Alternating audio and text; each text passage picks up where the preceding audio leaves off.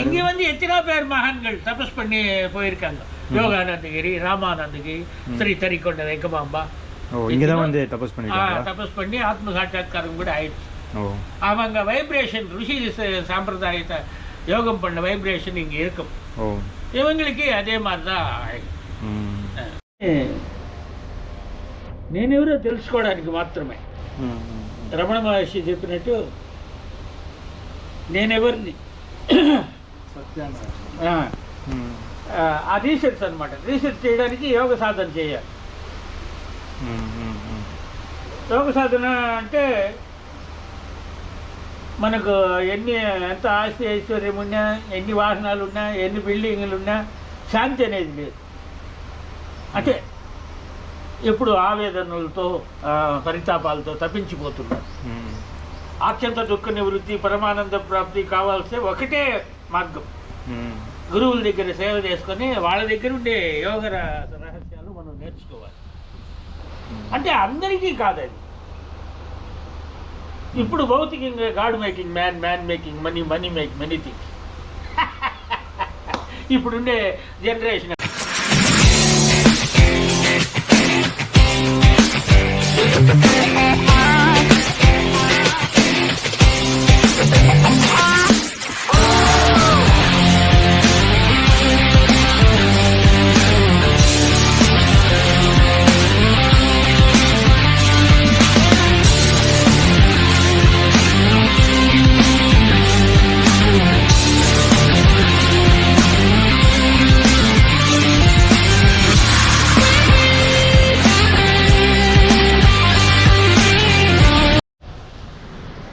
கோகர்பம் dam ஆப்போசிட்டில் ஒரு root இருக்குது. நேராக வந்தீங்கன்னா டெட் எண்டில் வந்து இந்த பாருங்க, டெட் எண்டில் வந்து இந்த ரூட் வருது.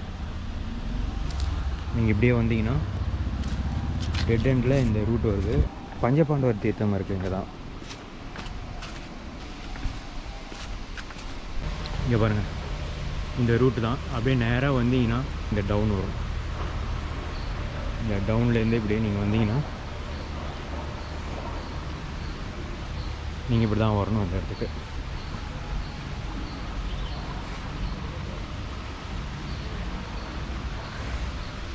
இது ஒரு பாறை, ஒரு ஸ்டாச்சு.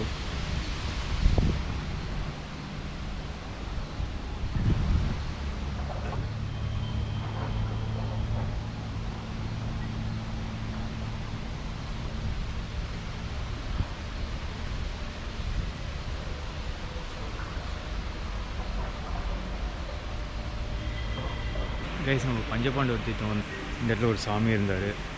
அவர் வந்து எல்லா டீட்டெயிலும் சொன்னார், இது எதுக்கு வந்தது இந்த இடம் அப்படின்ட்டு. ஸோ அவர் வந்து உங்களுக்கு எக்ஸ்பிளைன் பண்ணுவார். தெலுங்கில், தமிழில் ரெண்டுத்துலேயுமே பண்ணியிருக்காரு. ஸோ முடிஞ்ச அளவுக்கு நானும் உங்களுக்கு சொல்கிறேன் அவர் என்ன சொன்னார்னு சொல்லி. ஓகே,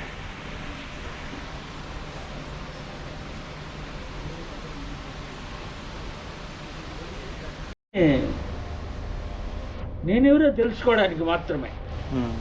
రమణ మహర్షి చెప్పినట్టు నేనెవరిని ఆ రీసెర్చ్ అనమాట. రీసెర్చ్ చేయడానికి యోగ సాధన చేయాలి. యోగ సాధన అంటే మనకు ఎంత ఆస్తి ఐశ్వర్యం ఉన్నా, ఎన్ని వాహనాలు ఉన్నా, ఎన్ని బిల్డింగ్లు ఉన్నా శాంతి అనేది లేదు. అంటే ఎప్పుడు ఆవేదనలతో పరితాపాలతో తప్పించిపోతున్నారు. ఆత్యంత దుఃఖ నివృత్తి, పరమానంద ప్రాప్తి కావాల్సే ఒకటే మార్గం. గురువుల దగ్గర సేవ చేసుకొని వాళ్ళ దగ్గర ఉండే యోగ రహస్యాలు మనం నేర్చుకోవాలి. అంటే అందరికీ కాదు. ఇప్పుడు భౌతికంగా God making man, man making money, money make many things. ఇప్పుడుండే జనరేషన్ అంతే. ప్రతి ఒక్క దానికి ధనముతో ముడిపడి ఉంది కాబట్టి మనకంతా చిల్లరతోనే అవసరం. ఒక బియ్యం కొనుక్కోవాలన్నా చిల్లరే, ఒక పప్పులు కొనుక్కోవాలన్నా చిల్లరే, ఒక కారు కొనుక్కోవాలంటే ఎక్కువ కావాలి, బిల్డింగ్ కట్టాలంటే ఇంకెంతో కావాలి. ఇవన్నీ ధనంతో ముడిపడి ఉన్నమాట నిజమే. అయితే ఋషి సాంప్రదాయం ప్రకారం who my that I am హై ఈ దేహాత్మ బుద్ధి నేను కాదు.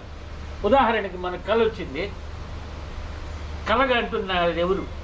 సరే, నెంబర్ 1. నెంబర్ 2, ఆ కళను రికార్డు ఎక్కడవుతున్నది? తెల్లారి లేచి ఈయన చెప్తాడు. మన కళ ఆయన చెప్పలేడు.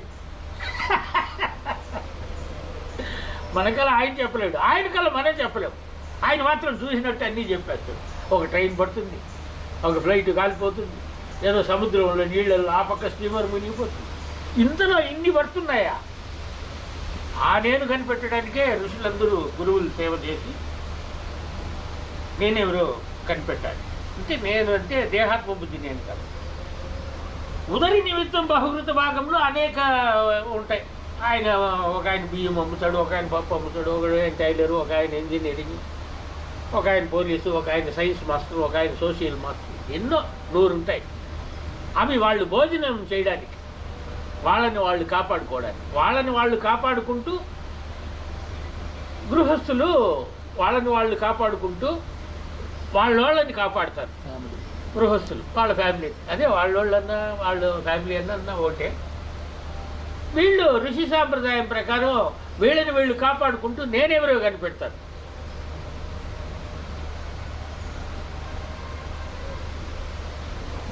జననపి, అది సంస్కృతంలో చెప్తారు, జననపి మరణం, జననపి పుననపి జననం, పుననపి జననపి మరణం. ఈ రీతి అంటే మళ్ళా పుడతాడు మళ్ళా చేస్తాడు అంటారు తెలుగులో. అవన్నీ సంస్కృతం మనకెందుకు లేదు. శ్రోత్రియం బ్రహ్మనిష్టమని 2 ఉంటాయి. శ్రోత్రియం శాస్త్ర ప్రమాణాన్ని క్షుణ్ణంగా చదువుకున్న వాళ్ళు, చదువుకొని ఏ రీతిగా అయితే చదువుకున్నారో పదాలకు అర్థం తెలుసుకొని ఆ రీతిగా ఆచరణ చేస్తారు, అప్పుడు బ్రహ్మనిష్టం. మనమేమి శ్రోత్రియం చదవవసరం లేదు. గురువుల దగ్గర జరిగితే ఆటోమేటిక్గా బ్రహ్మనిష్టం గురువులు చేస్తే వాళ్ళ అనుభవం వీళ్ళు తీసుకుంటారు. ఇప్పుడు ఒక వ్యాపారస్తుడు, వాళ్ళ తండ్రి వ్యాపారం చేస్తున్నాడు, ఇతనికి ఏ చదువు కావాలి? Marketing of science, marketing of business. ఇవి ఆయనేమి చదవడు కదా. గురువు తండ్రి దగ్గర నేర్చుకుని వ్యాపారం చేస్తాడు.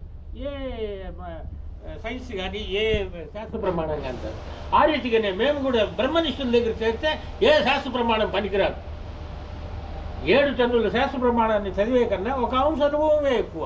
వివేకానంద ఆ పుస్తకాలు కూడా పుస్తకంలో రాసిందే అయినా కానీ కొన్నే తీసుకుంటారు, అన్నీ తీసుకోరు. అత్యంత దుఃఖ నివృత్తి, పరమానంద ప్రాప్తి ఒక ఋషి సాంప్రదాయానికే. దాంట్లో కూడా కొన్ని రకాలు ఉన్నాయి. పుస్తకం తీసుకొని చదివేస్తే ఈయనకేమీ రాదు. గురువుల దగ్గర సేవ చేస్తే గురువుల ఆశీర్వాదమే ఈయనకి ప్రయోజనం. పూజామూలం గురువుని పదం, పూజ చేస్తే గురువులు చెప్పినట్టే చేయాలి. మంత్రమూలం గురువుని వాక్యం, మంత్రం జపిస్తే గురువుల మంత్రాన్ని శివపంచాక్షియో బ్రహ్మగాయత్రియో లేదో ఇంకే ఆంజనేయులదో ఏదో గణపతిదో ఏదైనా సరే కాక ముక్కోటి దేవతల్లో ఏ పూజ చేసినా కానీ గురువులు చెప్పినట్టు చేస్తేనే ఈయనకి ప్రయోజనం. మంత్రమూలం గురువుని వాక్యం, ధ్యానమూలం గురువుని మూర్తి, ధ్యానం చేస్తే గురువులే చేయాలి. మోక్షమూలం గురువుని కృప. అన్నీ తిరిగి వస్తాయి, గురువు తిరిగేది అక్కడే ఉంటాయి. ఇది అసలు విషయం. ఎందరో మహాత్ములు అహర్నిశలు తపస్సు చేసి ఆత్మసాక్షాత్కారం పొందారు. జన్మసాలకపోతే మళ్ళా వచ్చి ఎక్కడ వదిలిపెట్టారో అక్కడి నుంచే చదువుతారు. ఉదాహరణకి 10 వరకు చదివి చనిపోయారు, మళ్ళీ 11 నుంచి చదువుతారు.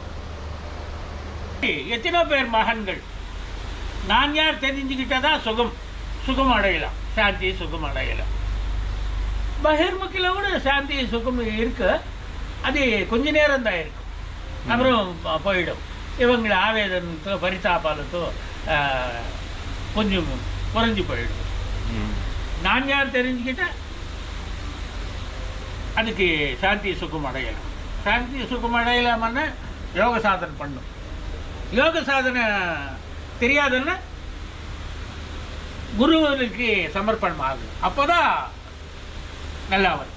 கிருபா சித்திரங்கள் அகிருபா சித்திரங்கள் 2 பேர் இருப்பாங்க. 2 பேர் என்ன, 2 பேர் இல்லை, எத்தனோ பேர் மகான்கள் 2 வரைக்கும் ஆயிருக்கும். ஒன்று கிருபா சித்திரங்கள் ஆசீர்வாதம் வாங்கி குருவுக்கிட்ட ஆசீர்வாதம் வாங்கிற அவருக்கு கிருபா சித்திரங்கள் சொல்லுவாங்க. அகிருபா சித்திரங்கள் ஆசீர்வாதம் இல்லாத நாள் அக்ரூபா சித்திரங்கள். இவன் ரொம்ப வருஷம் சாதனை பண்ண, ஏன்னா குருநாதருடைய ஆசீர்வாதம் இல்லை, அதனால இவங்க சீக்கிரம் சாதனை பண்ணலாம் கிருபா சித்திரங்கள். இது அசல் விஷயம். இவர் வந்து இங்க வந்து எத்தனை பேர் மகான்கள் தபஸ் பண்ணி போயிருக்காங்க. யோகானந்தகிரி, ராமானந்தகிரி, ஸ்ரீ தரிக்கொண்ட வெங்கமாம்பா இங்கதான் வந்து தபஸ் பண்ணி ஆத்ம சாட்சாத்காரம் கூட ஆயிடுச்சு. அவங்க வைப்ரேஷன் ருஷி சாம்பிரதாயத்தை யோகம் பண்ண வைப்ரேஷன் இங்க இருக்கும். இவங்களுக்கு அதே மாதிரிதான் అందరూ వచ్చి ఇక్కడ అందరూ చాలా వెంగమాంబ ఇక్కడ వచ్చి மலையாள சாவுவாரு எத்தனோ பேர் மகான்கள். இது ஆசிரமம் எல்லாம் லாட்ஜி ஆசிரமம் வந்த அப்புறம் இது வெளிச்சில் வந்து அதே இங்கே வந்து மட்டும் தபஸ் பண்ணியிருக்காங்க. இங்கே எல்லாரும் வந்து இங்கே அது யார் சொன்னது? சதுரகிரி ஆசிரமம், சதுரைமலை 18 சித்தர் புருஷன்ல அங்கேயே வந்து தபஸ் பண்ணீங்க. சதுரகிரி அங்கே தமிழ்நாட்டில் 63 நாயன்மார்கள் அவங்க அங்கேயே பண்ணீங்க. ஏன் இங்கே வரல? இல்லை ஏதாவது ஒரு இது ரீசன் இருக்கும்ல, அதுக்கு ரீசன் இருக்கு. சதுரகிரி மாதிரி ஆசிரமம் மாதிரி இங்கே எத்தனோ பேர் மாறு. யுத்தம் நடந்த அப்புறம் அஸ்வத்தாம சிஷ்யங்கள், துரோணாச்சாரிய சிஷ்யங்கள் மரணமாயிட்டாங்க. அதில் அந்த பிரம்மஹத்யா பாப நிவாரணுக்காக கோதானம் பண்ணேன். இது அசல். அந்த பஞ்ச பாண்டவர்களும் கோதானம் பண்ணாங்க. ஒரு பிராமணருக்கு கொடுக்கணுன்றதுனால கிருஷ்ணர் வந்து பிராமண ரூபத்தில் வந்து வாங்கிட்டாரு. அது இந்த இடம்.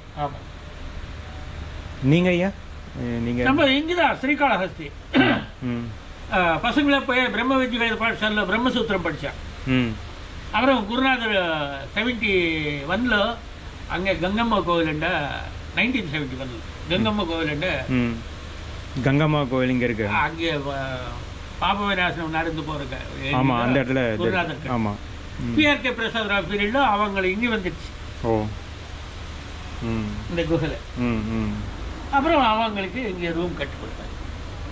ஓ யாரே அவங்க குருநாதர் இவங்க ஆசிரமக்காரங்க. ஓ இங்கே யார் தங்கினது? நம்ம குருநாதர் அங்கே ஃபோட்டோவில் இருக்கார். அவர் யார் பேர்? ஸ்ரீ சிவானந்தகிரி. சிவானந்தகிரி அவர் தான் இங்கே வந்து தங்கினார். நான் இங்கே வேலை செஞ்சுட்டு 36 வருஷம் இருக்கேன். குருநாதருக்கு வர்றதுக்கு நம்ம இது எந்த வருஷம் இது நடந்தது? இவர் இருந்தது 79ல இருந்து 2015 வரைக்கும் இங்கே இருந்தார். అప్పుడు సమాధానం 36 సంవత్సరాలే ఉంటాయి. 79 నుంచి 15 వరకు ఇక్కడ దీంట్లోనే. తర్వాత అదే జీవసమాధి அவங்க சாட்சாத்காரம் அப்புறம் அந்த இடத்துக்கு ஒரு ஆள் விட்டுட்டு இவங்க அட்மினிஸ்ட்ரேட் பண்ணுறோம் ஃபுல் ஆகிடும். இவர் தான் அட்மினிஸ்ட்ரேட். குருநாதர் போன அப்புறம் குருநாதர் இவரே தான் அவங்களுக்கு கண்டுபிடிச்சாங்க, சரீரம் விட்டுடுவாங்க. ஓணுமென்னா மறுபடி வரலாம். ஆனால் நான் யார் தெரிஞ்சுக்கிட்டான்னா அப்புறம் வரமாட்டாங்க.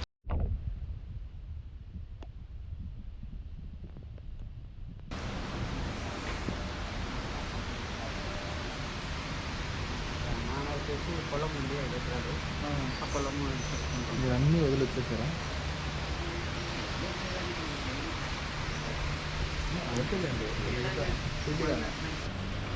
இந்த இடத்துல வந்து பஞ்சபாண்டவர் வந்து ஸ்நானம் பண்ணதுனால இதுக்கு வந்து கோகர்ப்பம்னு வந்திருக்கு. ஸோ இந்த வாட்டரில் வந்து ஸ்நானம் பண்ணதுனால அவங்களுக்கு அந்த பிரம்மகத்தி தோஷம் அதுலேருந்து விடுபட்டாங்க. அதே மாதிரி கிருஷ்ணர் வந்து ஒரு பிராமணனாக அவதரித்து வந்து இந்த இடத்துக்கு வந்து அவங்கக்கிட்ட கோதானம் வாங்கியிருக்காரு. ஸோ இதனால் வந்து அந்த பிரம்மகத்தி தோஷத்துலேருந்து விடுபட்டிருக்காங்க. இந்த இடத்தோட ஹிஸ்ட்ரி. ஸோ இவர் வந்து தெலுங்குலேயும் சொன்னார், அதே மாதிரி தமிழ்லையும் கொஞ்சம் சொல்லியிருக்காரு. நீங்கள் இந்த இடத்துக்கு வந்தீங்கன்னா கண்டிப்பாக இந்த விசிட் பண்ணோம். நான் சொன்னேன் இல்லையா மின்னியே திருமலாவில் 300 தீர்த்தத்துக்கு மேலே இருக்குது அப்படின்ற மாதிரி. ஸோ ஒன்று ஒன்றா பார்த்துட்ருக்கோம். அது இதுவும் ஒன்று. மகாபாரத்தில் குருச்சேத்திர போர் நடக்கும்போது பஞ்சபாண்டவர்ஸ்லாம் வந்து அந்த யுத்தத்தில் எல்லாரையும் வந்து கொலை பண்ணாங்க இல்லையா. ஸோ அதுக்கு வந்து பிரம்மகத்தி தோஷம் அப்படின்ட்டு ஒரு தோஷம் இருக்குது. ஸோ அது வந்து எந்த உயிராக இருந்தாலும் சரி அந்த உயிரை வந்து வதம் பண்ணால் பிரம்மகத்தி தோஷம்னு ஒன்று இருக்குது. அவ்வளோ பெரிய ரிஷி முனிவர்களாக இருந்தாலும் அந்த பிரம்மகத்தி தோஷம் வந்து யாரையாவது ஏதோ உயிரை கொலை பண்ணால் அது கண்டிப்பாக அவங்களுக்கு வந்து அந்த பிரம்மகத்தி தோஷம் பிடிக்கும். பிரம்மகத்தி தோஷம் இவங்க 5 பேருக்கும் பஞ்ச பாண்டவர்களும் வந்ததுனால அந்த பஞ்ச பாண்டவர்கள் வந்து இங்கே வந்து தவம் பண்ணாங்களாம். தவம் பண்ணி கிருஷ்ணர் வந்து அந்த இந்த தோஷத்தை எப்படி போக்குறது அப்படின்றதுனால கிருஷ்ண பரமாத்மா என்ன சொன்னார்னா, நான் வந்து ஒரு பிராமணனாக வரேன், எனக்கு வந்து நீங்கள் கோதானம் கொடுங்க. ஒரு பிராமணனாக வந்து இந்த இடத்துல வந்து கோதானம் வாங்கியிருக்காரு. கோதானம்னா அது அந்த பசுதானம்.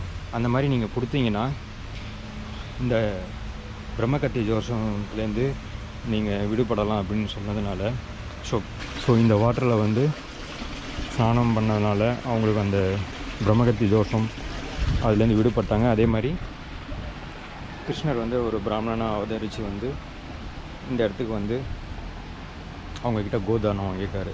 ஸோ இதனால் வந்து அந்த பிரம்மகத்தி தோஷத்துலேருந்து விடுபட்டிருக்காங்க. இதுதான் இதோட ஹிஸ்ட்ரி. ஸோ இவர் வந்து தெலுங்குலேயும் சொன்னார், அதே மாதிரி தமிழ்லையும் கொஞ்சம் சொல்லியிருக்காரு. கேஸ் பஞ்சபாண்டவர் தீர்த்தத்தை பார்த்தோம். அதே மாதிரி அந்த குகையில் வந்து பஞ்சபாண்டவர் வந்து தபஸ் பண்ணதெல்லாம் பார்த்தோம். இந்த இடத்துல வந்து நிறைய ரிஷிகள் வந்து தபஸ் பண்ணியிருக்காங்களாம். ஸோ ஒரு காலகட்டத்தில் ஒவ்வொருத்தர் வந்து இந்த இடத்துல வந்து தபஸ் பண்ணியிருக்காங்க. ஓகே, இதோட இந்த வீடியோ எண்ட் பண்ணிக்கிறேன். இந்த வீடியோ உங்களுக்கு பிடிச்சிருந்ததுன்னா இந்த வீடியோக்கு ஒரு லைக் போட்டுட்டு உங்கள் ஃப்ரெண்ட்ஸ் அண்ட் ஃபேமிலிக்கு ஷேர் பண்ணுங்கள். மேபி திருமலாவுக்கு வந்தால் அவங்களுக்கு இதெல்லாம் டைம் கிடைக்கும் போது பார்க்குறதுக்கு யூஸ் ஆகும். இதே மாதிரி இன்னொரு வீடியோவில் உங்களை மீட் பண்ணுறேன். until then, Balesh, love you all, take care.